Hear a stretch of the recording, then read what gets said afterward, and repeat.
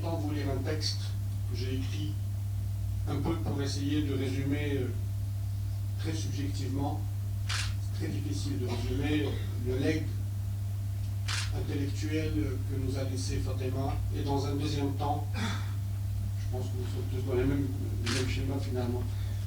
Dans un deuxième temps, je voudrais juste citer quelques moments qui m'ont semblé moments fondamentaux à partager avec vous. Je voulais parler de l'héritage de Fatima Mernissi et des fondements culturels d'une démocratie à réinventer. Je commence par la citer dans son livre Rêve de femme. Le ciel paraît terne à cause de l'encadrement où les hommes l'ont piégé. Je relis. Le ciel paraît terne à cause de l'encadrement où les hommes l'ont piégé. Ainsi parlait de mémoire Fatima Mernissi à partir de la cour intérieure, espace bordé du harem où vivait sa mère au cœur de la Médina de Fès. Cette phrase, je la relis, le ciel paraît terne à cause de l'encadrement où les hommes l'ont piégé, résume au propre comme au figuré son rapport au monde et à autrui. Rien ne l'angoissait autant que les espaces sombres et les hudud, limites, frontières. Et rien ne l'enchantait autant que la lumière qui inondait son appartement à Rabat et l'échange avec les autres qu'elle accueillait avec élégance et simplicité. Et puisque chez elle, le lieu d'où elle parlait, sa même manière d'être et sa démarche intellectuelle étaient un tout, indistinct, fortement cohérent, nous réalisons que cette même phrase nous en dit long sur son legs. En effet, elle nomme l'origine spatiale et politique de la soumission, dont elle a cherché sa vie durant à s'émanciper, tout en aidant ses pairs à s'en départir. Je veux parler du harem historique et symbolique. J'ouvre une parenthèse pour dire qu'elle avait en horreur tous les harems, parce que le harem de l'Occident, c'est la taille 38, écrivait-elle dans Shahrazad Goes West. Elle pointe du doigt le patriarcat, qu'elle n'a cessé de déconstruire depuis sa thèse Idéologie, sexe et islam, s'autorisant, je la cite, à baguenauder au gré des lectures dans les vastes prairies de la mémoire musulmane. Fin de citation. Et ce, pour en révéler la face érotique, sexuée, occultée.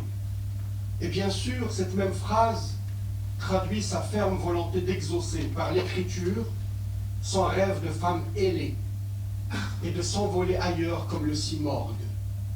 Cet oiseau mythique cité par Farideddin Attar dans la conférence des oiseaux, à la rencontre des étrangers pour mieux se connaître. Elle aimait beaucoup citer cette phrase d'Ibn Arabi, Irtarib tatajaddad.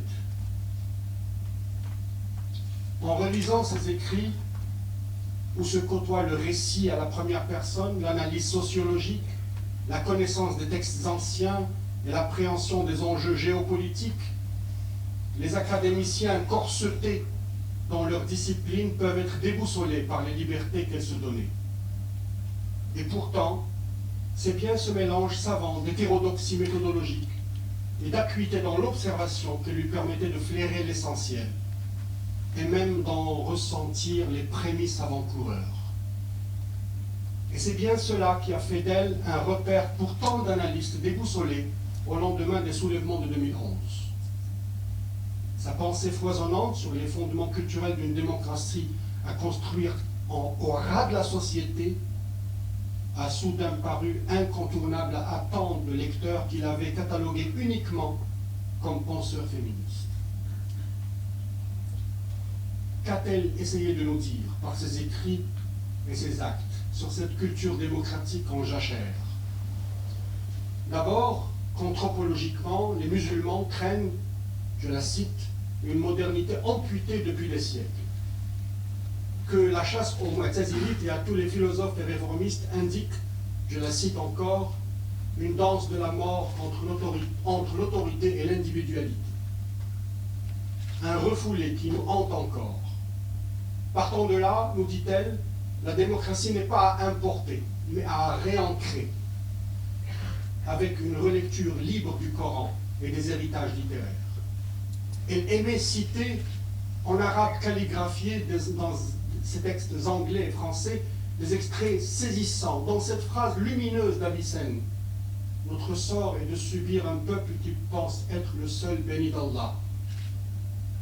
Boulina biqawmin yadhunnuna anna Allah lam yahdi siwahum. Je répète, Boulina biqawmin yadhunnuna anna Allah lam yahdi siwahum. Manière pour elle de laisser les vieux maîtres porter ce qui, dit par elle, sur l'obscurantisme ambiant, aurait juste valeur d'opinion.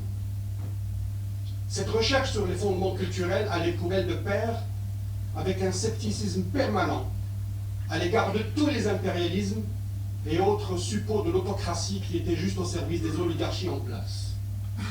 Et puisqu'elle était une femme de 100 ans, constamment à l'écoute de sa société, de l'actualité et des soubresauts culturels, elle estimait qu'il fallait traquer constamment, désespérément, les sources de l'espoir.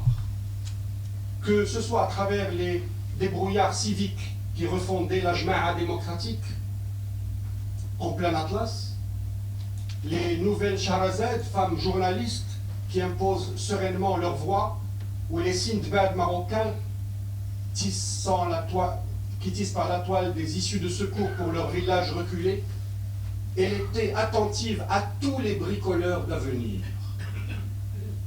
Fatima Mernissi était foncièrement sceptique sur la capacité d'institutions figées, sclérosées, clientélistes à produire un dynamisme démocratique.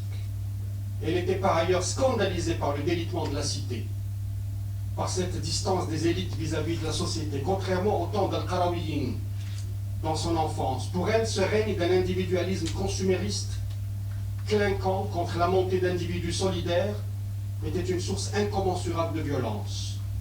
Aussi, elle se faisait un sacerdoce d'aller rituellement dans les souks informels, urbains, accoster incognito à Salé ou à Rabat des jeunes pour saisir la musique qu'ils écoutaient, comme leur manière de vivre en privé.